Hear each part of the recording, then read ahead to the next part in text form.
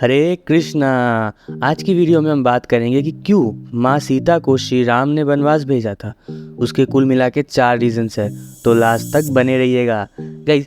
पहला रीज़न था कि अयोध्या के जो लोग थे वो मानने को तैयार नहीं थे कि सीता जी वहाँ रहे, क्योंकि उन्होंने 1 साल रावण की लंका में रहे थे।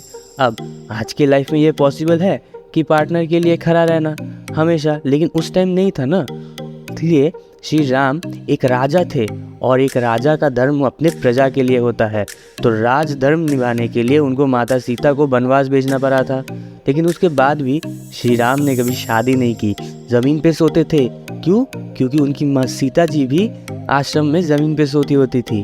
अब दूसरा रीज़न पे आते हैं। दूसरा रीज़न था कि माता सीता की इच्छा थी ये कि वो आश्रम में जाकर रहे, संत महात्मा के साथ रहे और उनके बच्चे भी ऐसी एनवायरनमेंट पे बड़े हो जहाँ संत महात्मा रहते हैं।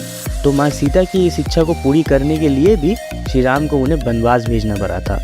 तीसरा रीज़न था कि वाल्मीकि जी को रामायण को लिखने के लिए लक्ष्मी जी की आज्ञा चाहिए थी, इसीलिए माता सीता उनके आश्रम में जाना पड़ता।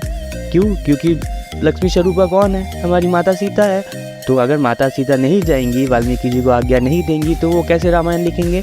तो इसीलिए भी माता सीता को उनके आश्रम में जाना पड़ा था, ताकि वाल्मीकि जी रामायण लिख सके। अब चौथा रीज़न है कि एक बार नारायण को भृगु मुनि के वाइफ को अपने सुदर्शन चक्र से मारना पड़ा था, क्योंकि वो बाधा बन रही थी। उन्होंने असुरों को आश्रय दिया हुआ था। तब भृगु मुनि ने विष्णु जी को श्राप दे दिया था कि जैसे उनकी पत्नी से वो बिछड़ चुके हैं, ठीक वैसे ही विष्णु जी भी लक्ष्मी जी से अलग हो जाएंगे। अब नारायण और लक्ष्मी माता तो एक ही है, वो अलग अलग कैसे होंगे, बिछड़ेंगे कैसे? इसीलिए भृगु मुनि के श्राप को सम्मान करने के लिए श्री राम और माता सीता स्वरूप में ये लीला रची थी हमारे श्री कृष्ण और श्री राधा ने। तो ये थी आज की वीडियो। कैसी लगी बताना, लाइक और शेयर करना और सब्सक्राइब करना, ताकि आगे भी ऐसी सनातन धर्म से जुड़े इंटरेस्टिंग फैक्ट्स आप जान सको। Meet you in the next video. My name is Sreejith, you are watching spiritual origin spirituality. अपना चैनल का नाम ही नहीं बोल पाता।